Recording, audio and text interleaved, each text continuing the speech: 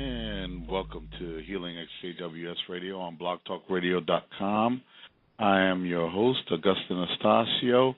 I hope Nate might be on today. It might not be. Like I said, this is a fair weather season, so Nate does important work. He helps with, hard labor and working, building homes and drywall and all that kind of stuff. So keep Nate Beckman in your prayers. Keep our ministry in your prayers.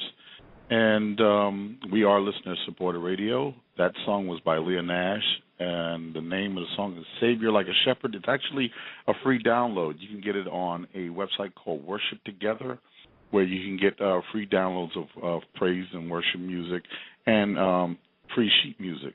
So I recommend that site. It's a great site.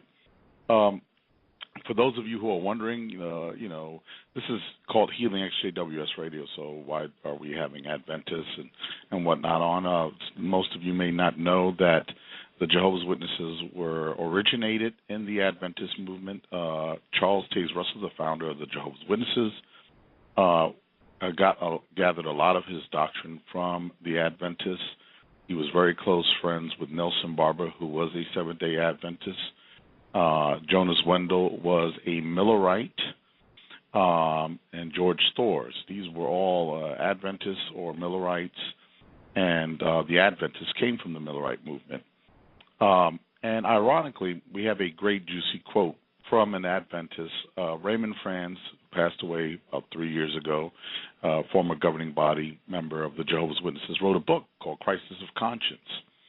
And on his book, there's an endorsement on the back of the book by Dr. Desmond Ford, whom Dale Ratzlaff mentioned last week. And I would imagine Dale and Dr. Ford, they dialogue a great deal. Dr. Desmond Ford, it says, former Seventhday Adventist theologian and professor at Pacific Union College, attacked due to conscientious issues. This is what he said about former governing body member Raymond Franz's book, Crisis of Conscience. He said, splendid. There were so many parallels between the author's experience and mine that I was continually amazed.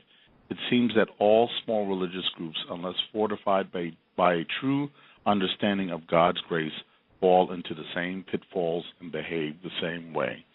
So, that's why we're doing this. That's why we have some of the other groups, because there are parallels, and here Dr. Ford is recognizing these parallels with the Jehovah's Witnesses and his experience being in leadership in the Adventist Church. And so we want to keep the focus on the Seventh-day Adventist Church. I appreciate the listener support. We appreciate your support by listening. If you have questions today, please let's keep it focused on Seventh-day Adventism. Any specific issues or questions or comments you may have, let's address our host today, Dale Ratzlaff, the former Seventh-day Adventist pastor. And we have an abbreviated program. It's only 60 minutes today, and so we want to make the most of our time. Without further ado, I want to introduce Dale Ratzlaff from Life Assurance Ministries. And welcome to the show, Dale. You there? Yes, I'm here, listening to you speak and the good music. Thank you. Yeah. We tailed away from Adam's Road Band this week, and wherever I can find some good music, I will seek it down. We learned a lot about your experience last week, you and your wife, and what you had gone through. I am curious, as you were coming to a knowledge of grace, your wife in your relationship, was she also, you guys were sharing these things together, or was she a little critical about, what's going on? You're not very Adventist lately. Well, we, as I mentioned before, we have been together, we've had 54 years of marriage, and we were boyfriend and girlfriend in the 3rd and 4th grade and again in high school, and got married after 1 year of college. So we've been very, very close. However, we did understand the gospel together. Obviously, I was the one who was teaching Bible and doing the Roman studies, but she appreciated them and went right along with me. When I first read Des Ford's manuscript that I referred to last week, that 1,000-page manuscript, why the investigative judgment wasn't correct. Right. And when I got done to that, done with that reading, I told Carol, there's absolutely no foundation, no truth to this investigative judgment. And she said, well, Dale, don't lose my job. Don't cause me to get fired. You can get fired, but not me, because we were both working for the church at the time. However, sometime after that, she got some shelf paper. This is before the days of computers, at least before we had one. Right. And she laid it out on the floor and got a concordance and wrote down every single text in the Bible about judgment. And before she got done, right when she was done, she said, there is no investigative judgment. That's a false doctrine. So she came along, but from a totally different perspective. The scriptures alone, and not not through Des Ford and some of the others. But that was kind of interesting. But yes, we left together. And we're so glad we did. We just praise the Lord for His goodness. Amen. That's wonderful. You and Dr. Ford, you guys, you talk much, or you? We don't talk a lot right now. Des is getting up in years. I turned 76 yesterday, and Des is he's in his 80s now, and he lives in Australia. So I send an email periodically, and that's about the only communication I have with him. But I'm sure when you were coming to when you read his book on the investigative judgment, that's when you guys did a lot of talking. Oh, yes, very much so, yes. Now, the Seventhday Adventist Church, people, in fact, I think I spoke with Elmer a couple months ago, I think in December of last year when I had him on. A lot of evangelicals put a lot of stock in Walter Martin and what he had to say about the Seventhday Adventist Church. And are you aware of anything about the Walter Martin statements about the Adventist Church and that whether he was probably confused, or maybe they confused him?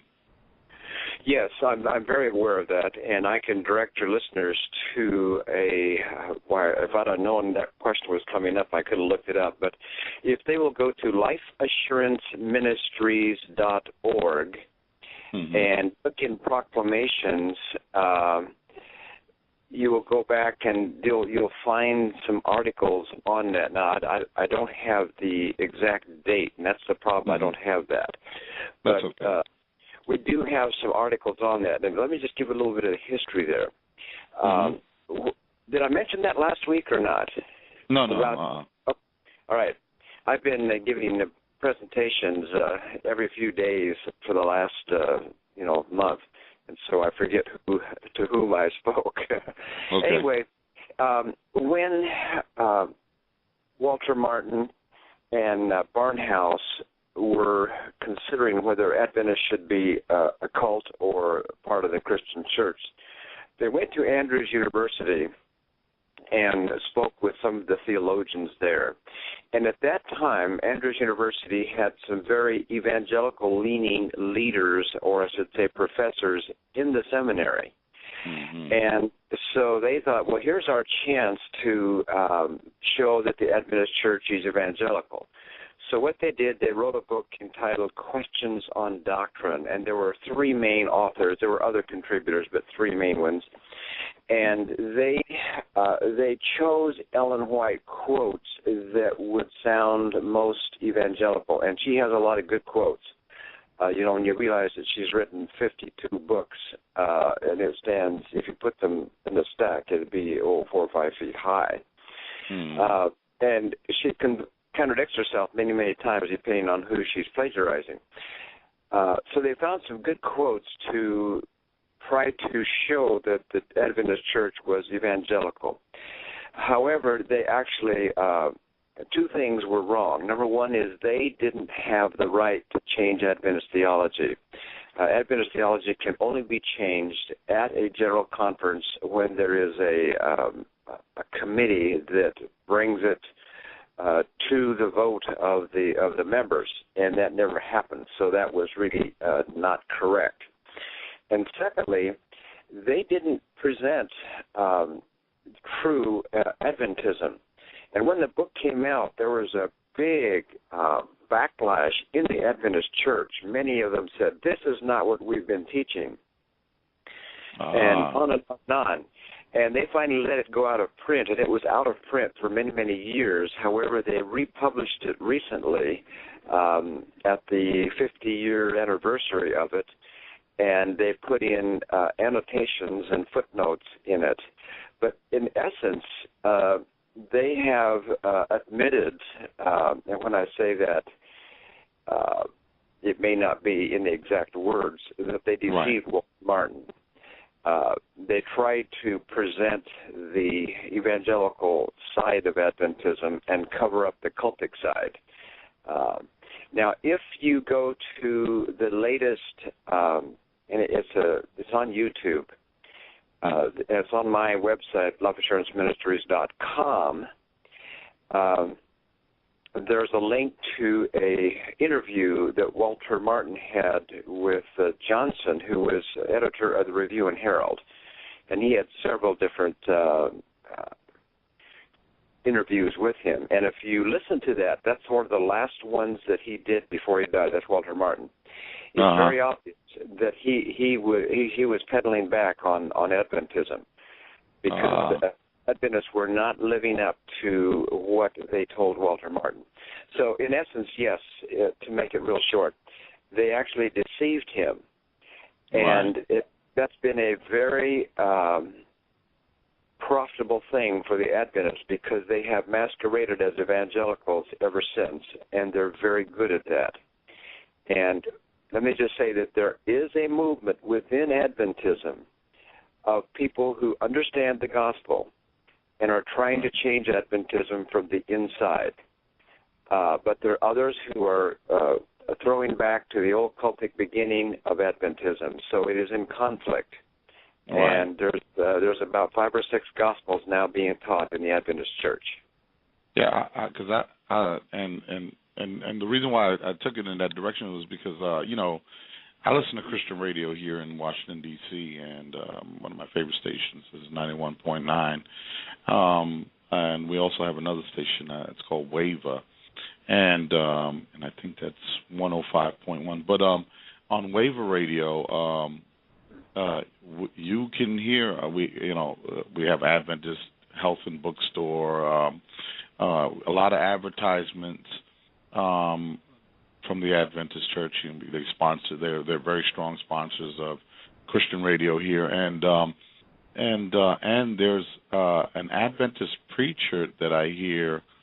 I think it's on Saturday mornings normally when I'm leaving my night job, and he sounds so very evangelical, and so I want our listeners to be aware that you never know what you're going to get in an Adventist church or pastor. You could possibly get an Adventist pastor, it seems, that is very evangelical, and then you can also find some Adventist pastors that I guess are staunch EGW, Ellen G. White advocates. Yes, that's very true. And if they are evangelical pastors, and there are some, they are in a very compromised position, because they can't preach against Ellen White. They can't preach against the Sabbath. They can't preach against the sanctuary investigative judgment. If they do, they get thrown out. So they just don't mention them. They just kind of sweep under the rug. And another issue of conflict of conscience is that they have to support the church. All Adventists are supposed to give a tithe, a 10%, and often they ask for more than that. but pastors have to, at least it used to be that way. I don't know whether it is that way now or not, but it used to be that if a pastor didn't pay his 10% back to the church, he would be fired. And that tithe goes to support the church as a whole. Right. And the church organization has many, many evangelistic series where they still push the Sabbath as the seal of God and Sunday the mark of the beast, and the Adventist church is the only true church, the remnant church of Bible prophecy, and on and on and on. So even though they may be preaching the gospel in the Adventist church, and as Paul said, if they preach the gospel, I rejoice at that, whether, from good motives or bad, they're still supporting an organization that is cultic at the heart. Right. Is it kind of like, I guess the closest comparison I can make is that, like you have the Catholic Church, and then you have charismatic Catholics who are very evangelical. Is it somewhat like that? Because when I hear when I hear some of these black, we have a high African American community here in Washington, D.C. When I hear these black preachers in the Adventist church preach, they're preaching it just like I'm like, is there this like kind of like a more charismatic movement within the Adventist church that leans towards evangelicalism? Well, I'm not real familiar with the black organizations, but yes, I mean that could easily be. Because whenever I talk to and I've spoken to black pastors that are in the Adventist church, and they are aware of 1844 and the disappointment, but they really don't talk much about it. They really keep it on what we call the DL, the down low down here. So they don't want to talk about that, and I don't think that they ever even preach on that subject. It's kind of like T.D. Jakes. T.D. Jakes, it came from the apostolic background, which is very modalist oneness.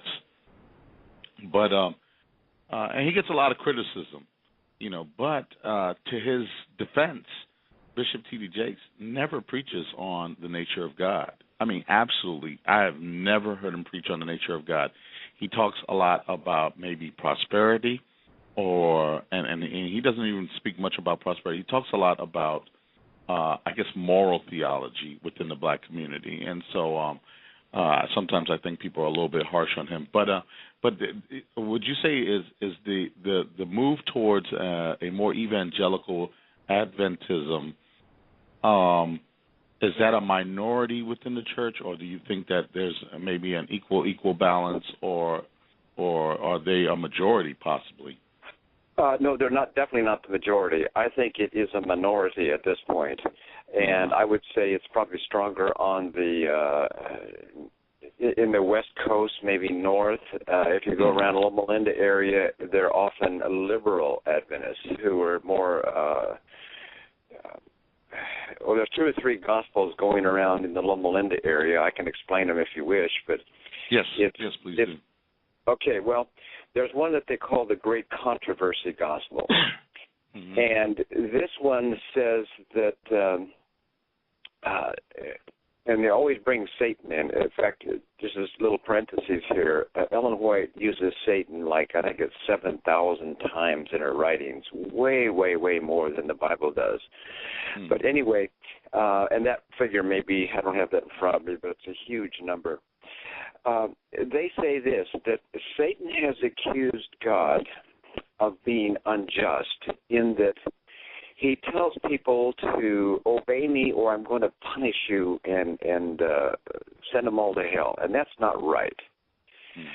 So God has to answer Satan's charges that he's unjust, and he does that by showing that he's not going to punish anybody ever, and that the wrath of God is merely God giving them up, and Paul uses that term in Romans, to go their own way, but he does not have an active part in any of God's wrath or no punishment. Wow. And they say that God wants people to just waiting for people to really know him, to understand him.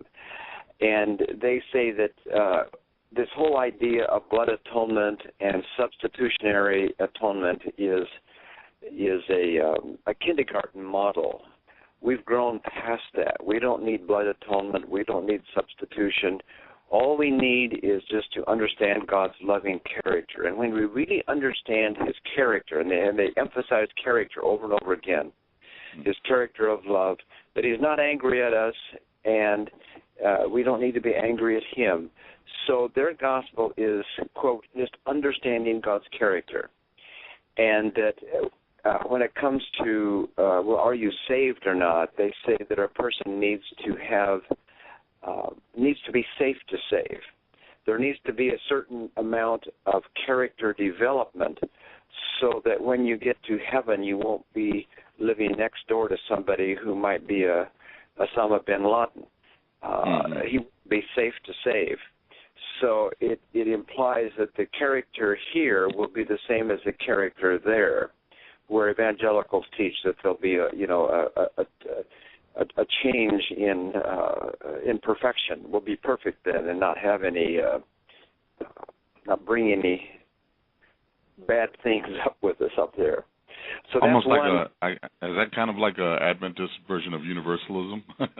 Well, it might be, and yet there's another flavor of Adventism down there as well, and I don't know what term to put on it, but they basically say that it's more the emerging church.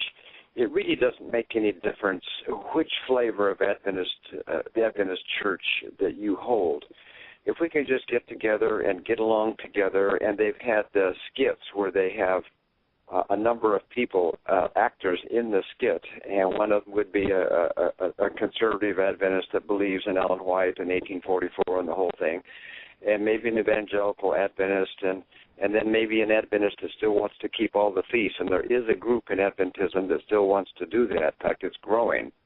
Messianic Adventists, we call them feast keepers. They not only keep the Sabbath, but the feast days as well. Wow. And then at the conclusion, they say, well, we may disagree on things, but we can still be loving. Let's go out and let's go have a potluck or a picnic together, and they just go out and fellowship together. And so their idea is that community is more important than theology. It's more like the emerging church. Right. Right. And there's some in Adventism. Now this is a very liberal wing. And this is some suggestions that have been made by some leading theologians in the Loma Linda area. One of them is that Adventism has more in common with Judaism and Islam than it does with Christianity. Mm-hmm. Another one says, for the future of Adventism, that Adventism should be looked at as a universal religion, not part of any other religion. In other words, there would be Christianity, Islam, Buddhism, and Adventism, as an example. Right. So it would be a totally different religion, and that way they wouldn't have to try to match any other teachings. They would just be their own. So there's a lot of conflict in the Adventist church.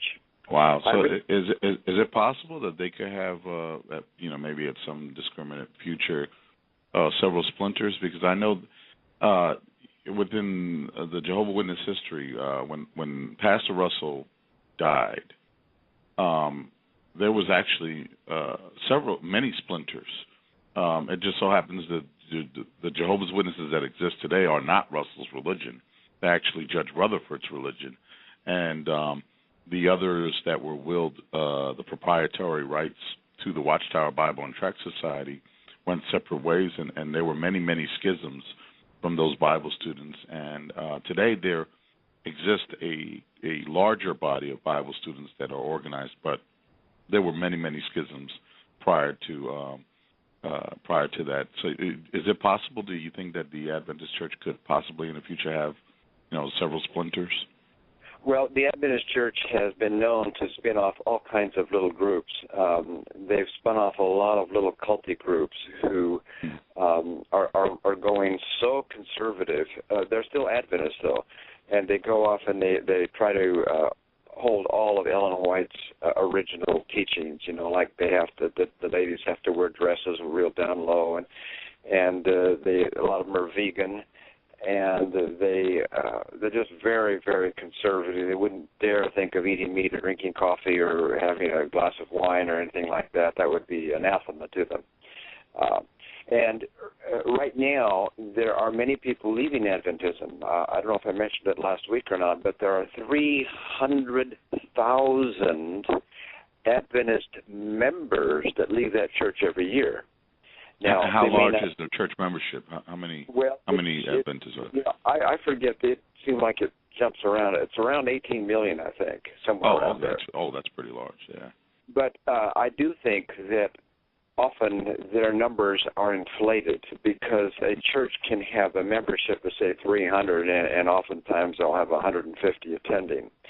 And those who leave the Adventist church, we've had many people who read our magazine and read our books and so on, leave, and they say they have a hard time getting their membership dropped from the church. And when they do, some of them have said, well, as soon as you drop your membership, you are no longer saved. You will be lost now. That's the conservative group.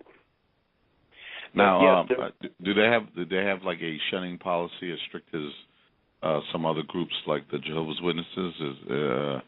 I heard something to the effect that they have a book called the Book of Life, and so when the membership roll is literally called the Book of Life. Is there any truth to that? I don't think so. I think, at least I'm not aware of it. I do know that the church clerk who records membership details, when a person leaves, they only have certain options to put in for why they left. They can be deceased. They can be transferred to another Adventist church. They can be missing. In other words, if somebody just moves away and doesn't give any address correction or anything, they're just listed as missing members. But they cannot be transferred to another evangelical or to an evangelical church.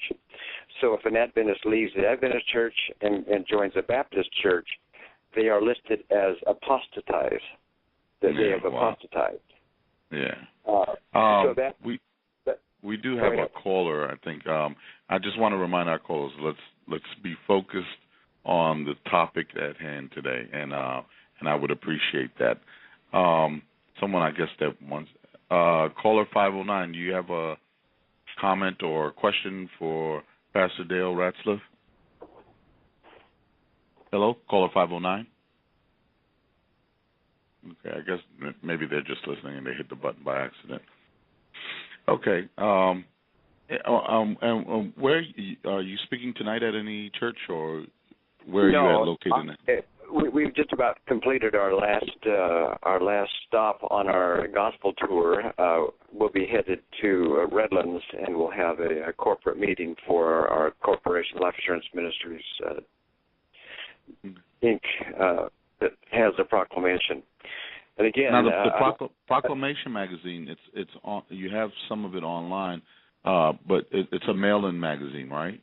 Okay, the Proclamation magazine goes out to 30,000 homes free of charge, and I invite your listeners to sign up for it. Go to lifeassuranceministries.org and look around there on that site, and you'll find a place to sign up for it. It looks great. The presentation is terrific. The magazine looks very, very well done. We have had many evangelicals write to us and say that this is probably the best magazine, and I'm not touting it because I'm not, I'm not the CEO there anymore. I used to be. Right. That's out there almost, because we try to focus on the gospel and then issues dealing with Adventism. And it's very well laid out. It's glossy. It's full color, 32-page, and we mail it out to 30,000 people free. Now, obviously, we need donations just like you do for your radio program. Right. And it's amazing. We started out sending it out to a few people that had purchased my books, a couple of thousand of them. Right. And it wasn't very long after that an Adventist doctor sent us $15,000, and we said, "Wow, what a gift!" And then another Adventist, I won't mention who it was, sent us 10,000 names to send it to. And it's just grown from that. People have sent us names, and or people have required or requested it, and it's just grown. And there have been time after time after time that we didn't have the money to print another issue. And we just prayed, and we said, Lord, this is your ministry. If you want it to go on, fine. If you don't, that's okay too. Right. And the last minute, some donation would come in. And it's just been amazing how God has kept that going since 2000, the year 2000 now. We're on 12 years. And there's a tremendous backlog. They're all online. You can download them all free. They're fully formatted, and I think they're in a little different format, so you can download them fairly easily. The pictures are not high resolution as they are, as they are in the magazine itself. Yeah, so I encourage your listeners to go to there's 3 websites. It's lifeassuranceministries.com, there's lifeassuranceministries.org, and Ratzlaff.com, right? That's our actually bookstore, and that's partially closed down except for donations there. There's another one that they may want to go to, and that's formeradventist.com. Okay. That is a forum where you can go in with a pseudonym and you can ask questions with other former Adventists. And we have many Adventist pastors that lurk on that site under pseudonyms. And many people will read the comments and read information there before they actually leave the Adventist church. Okay, listener 509, I think they've been trying to. Listener 509, you're on the air. Yeah, can you hear me now? Yes, hey, how you doing, Richard? Pretty good. I was on mute the other time, that's why you didn't hear me right away. Sorry about that. No I'd problem. like to go to an early comment that was made at the very beginning of the program, if it's okay to comment about that. I've heard this idea that Russell was somehow connected with the Seventhday Adventists. However, in 70 years of research, I've never found that to be true. In fact, I have a program on Saturday evening called Dialogue, in which I'm interviewing various Bible students on this subject. And none of them have ever heard that he was connected with the Seventhday Adventist Church. I mean, it's okay if he was. I just haven't been able to document it. And I was wondering if Dale might have any information on that. I missed the first part of your question. It's coming in just a little fuzzy. I don't know if Nelson Barber served in any kind of Adventist history that was noteworthy. So he was wondering. I personally don't know that. However, I do know that he was talking about a Jehovah's Witness, right? Yeah, Charles Russell was the founder of the Jehovah's Witnesses. They came out of the same Millerite Movement. Miller had 15 different proofs, quote unquote, that Christ was going to come in 1843. And Adventists stuck to the one in Daniel 8:14, and Jehovah's Witnesses started the 6,000-year thing. And to make a long story short, they both came out of Millerite Movement, and in the early part of that, some of the people went back and forth between the different ideas of Millerism and so on. So they could have had close connections with Adventism. So they were probably part of the open door Adventists for a while. Whereas the Adventist Church were the shut door Adventists. Yes, I believe what you're saying now is really close to actual history of it. Thank you so very, very much. Actually, Russell was not involved with the Seventhday Adventists. He was involved with Adventists, Second Adventists, but not Seventhday. The difference being that Seventhday Adventists believe mainly in the law and keeping the law itself and all the feast days, those sort of things, which he never was involved in at all. Yeah, there was Second Adventists. Is there a difference between? I guess is that a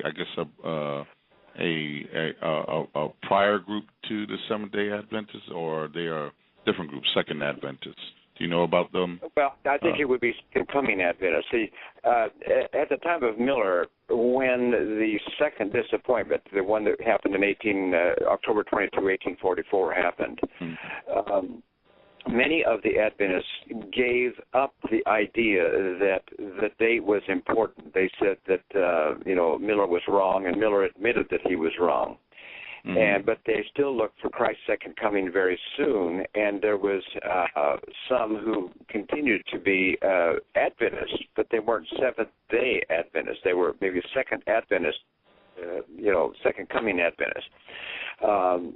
And the difference was, and in the beginning, for about 5 years, the Seventhday Adventist Church, which was not called the Seventhday Adventist Church at that time, they called them, the little group, or they believed that the door of mercy was shut and that nobody could be saved after October 22, 1844, who had not accepted that message.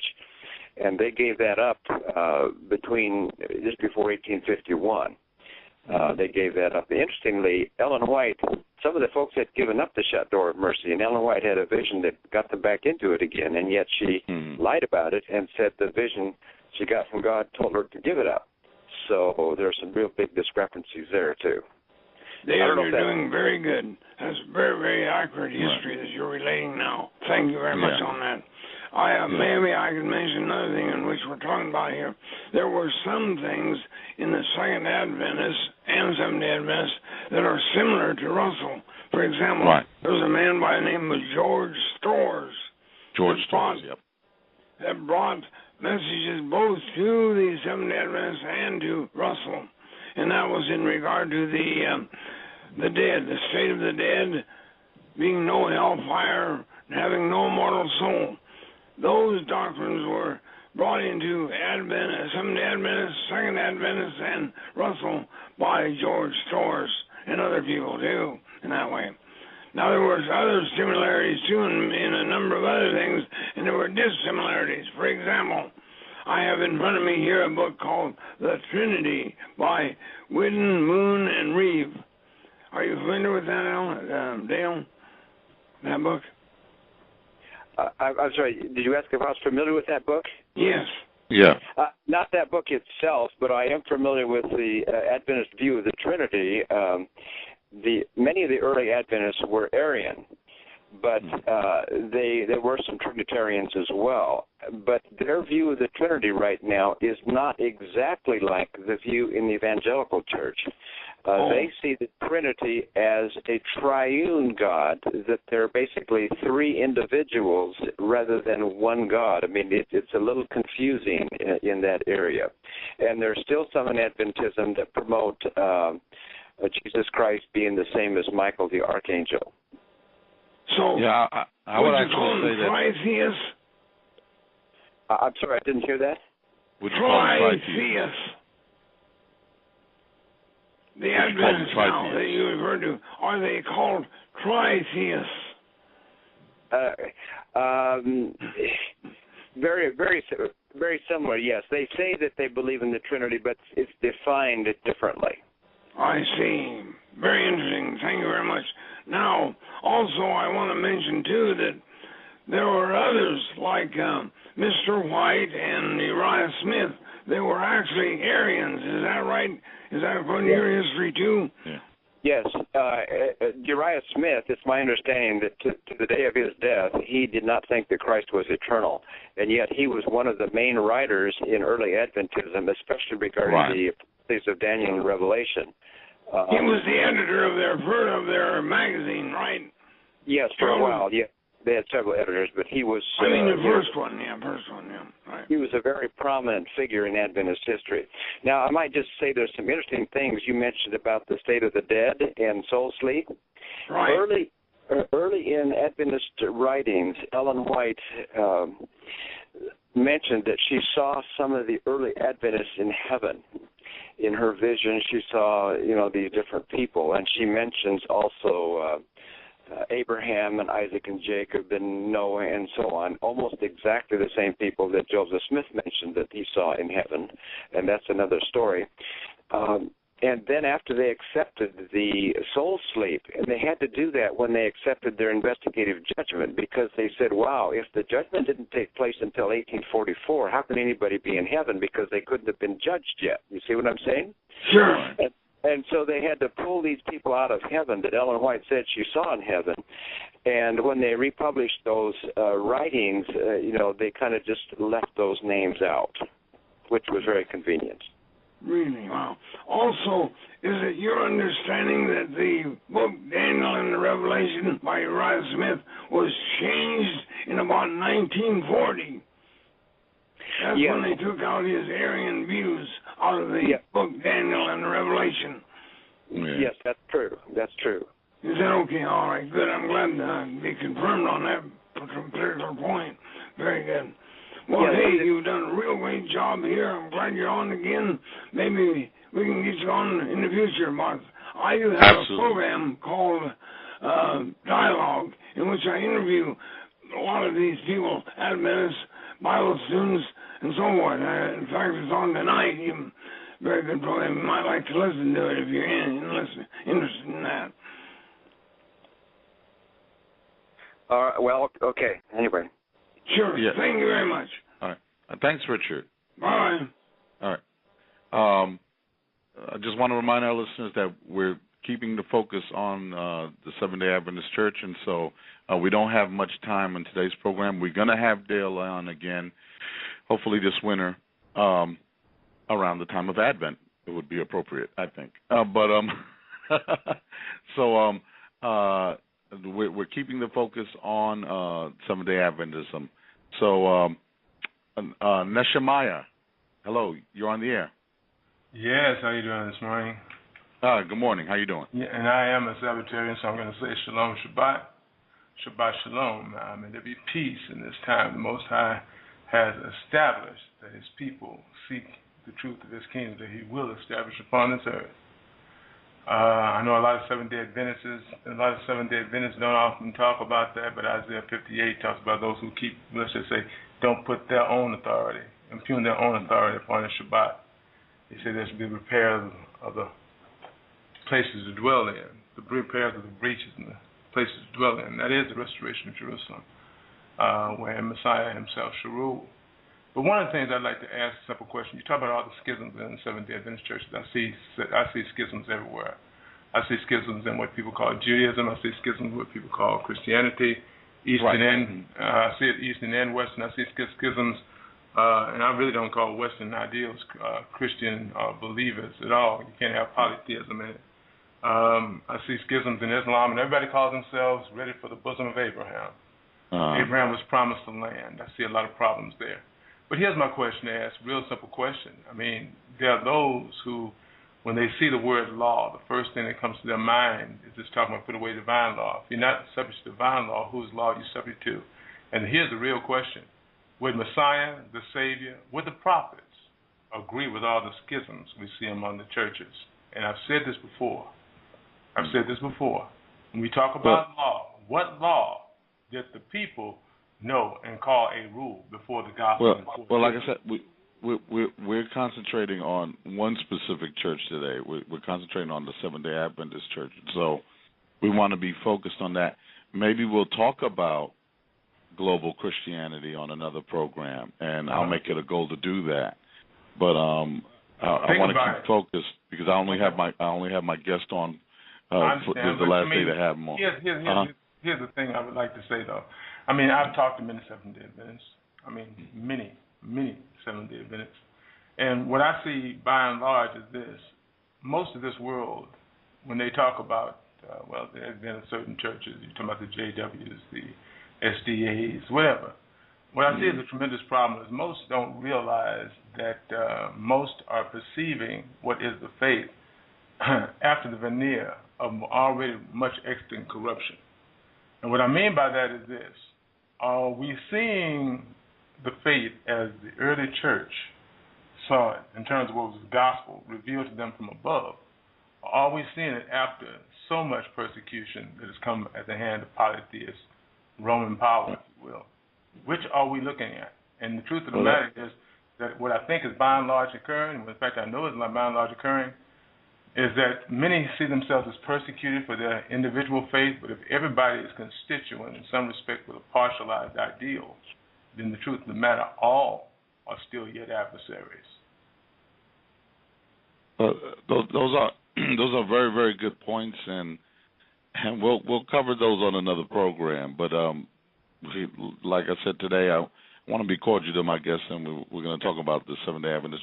But thanks for. I'm just going to say one other thing with regard, one thing quickly with regard to the idea about the concept. Sometimes talk about the law and the prophets. I would ask that people simply look at Acts 24:14, and I would like to consider the simple Isaiah 43 in the context of Matthew 5:14 through 21.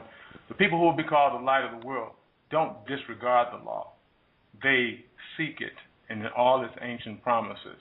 Those are the ones who will be the light of the world. Neshemiah, you have a radio show on Blog Talk Radio, right? Most certainly I do. And it's called Hidden Gospel Revealed. And there's a website called hiddengospel.com. Very important, I think, that we realize it, because only in recognizing a pure and perfect truth do we have a chance for healing. Everything that people have ignored and everything that people have twisted out of context must be taken into consideration in terms of, let's just say, getting back to the origin of things.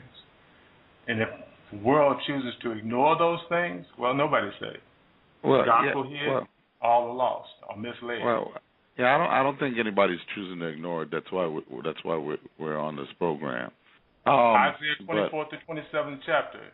Talk about that sometime in the context of Matthew 24, Mark 13, Luke 21, Revelation 6. I'll tell you what. I'll definitely dedicate a program to the subject of global Christianity, whether it's unified or is it diversified. Okay.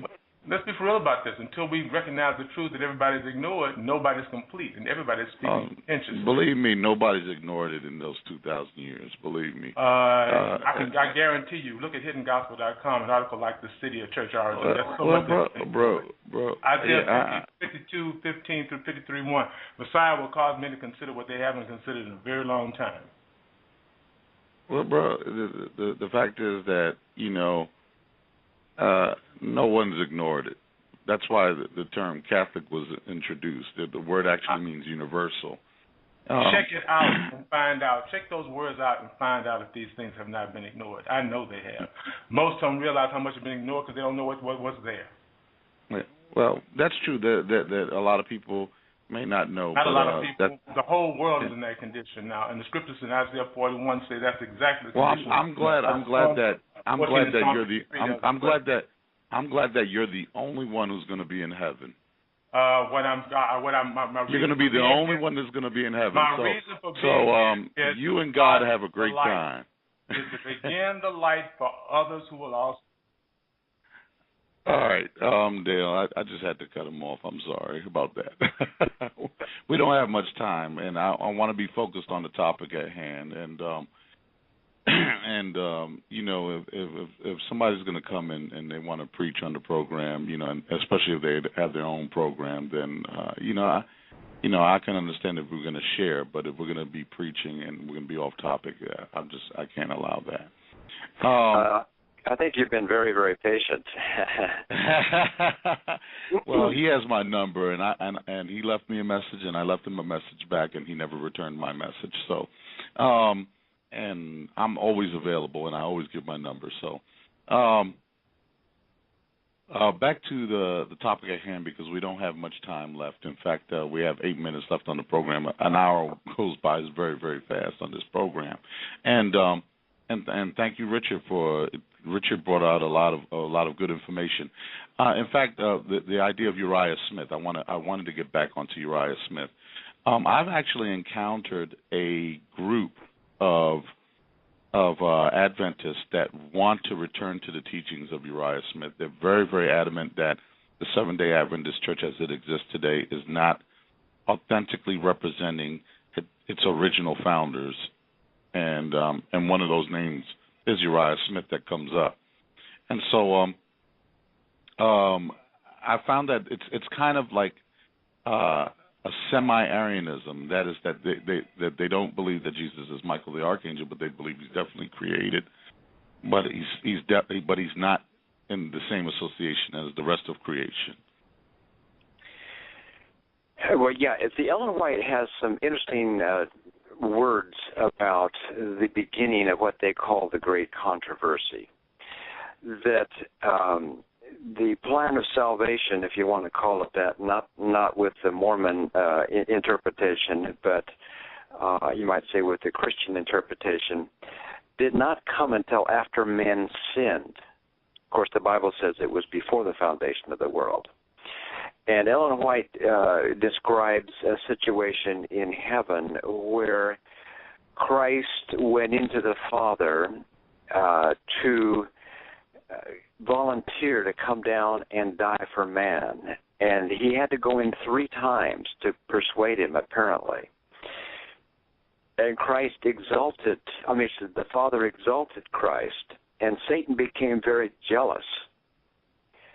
And there was a controversy between Christ and Satan at that time, that Satan wanted to be exalted to the position that Christ had. So it implies that Christ was a lower situation than the Father, and that's what made Satan jealous. So there's a lot in that would go along with Arianism, that he wasn't really eternal God from eternity. And even in the Clear Word Bible, Jude, Michael the Archangel, and they actually put in the text, Jesus Christ also called Michael the Archangel. And so they have throwbacks to that early Arian view in some of their writings today. We are cutting short on time right now. Pastor Dale, I just want to thank you for coming on the program, and definitely want to get you on this winter. So we're going to schedule, hopefully, for this December, if that's okay, either November or December. And we'd love to get to talk more about the soul sleep and annihilationism, and more about the semi-Aryan views. So once again, I want to thank you for your ministry. I want to encourage the listeners to, sign up for Proclamation magazine. It's a beautiful, beautiful, professionally well done magazine. And I want to let our listeners know, we haven't had Jehovah's Witnesses in a while, and so we're going to have some next week. We're going to have Lori and Mike Caravaggio. They're going to share their testimonies next week at 9 o'clock Eastern Time. And Lori's going to share her testimony coming out of the Jehovah's Witnesses, and her husband Mike will join her on the program. And the next week after that, we're going to have Dr. Mike Morrison again. Once again, this is another group that, like the Seventhday Adventist churches, is rooted in the Old Testament, and this is him coming on again. A former member of the Worldwide Church of God, which is now Grace Communion Church. So we thank our listeners for supporting the program, and we look forward to having you on next week and to listen to Lori give her testimonial coming out of the Jehovah's Witnesses. And once again, we're bringing you this radio program. We're going to ask you to pray for Jehovah's Witnesses, pray for Seventhday Adventists, and just pray for our family and friends that are stuck in the cults. And in a couple of weeks, in October 5th through the 7th, we have a Witnesses Now for Jesus convention. I'll be there that weekend. I don't know if we're going to do a program that weekend. Nate might still do one. But October 5th through the 7th, we'll be on that program. And I'll be at the Witnesses Now for Jesus convention. So see you next week on Healing XJWS Radio at blogtalkradio.com. The next song is going to be Timothy Brindle, The All-Sufficiency of Christ. You have a great day. See you next week. Bye.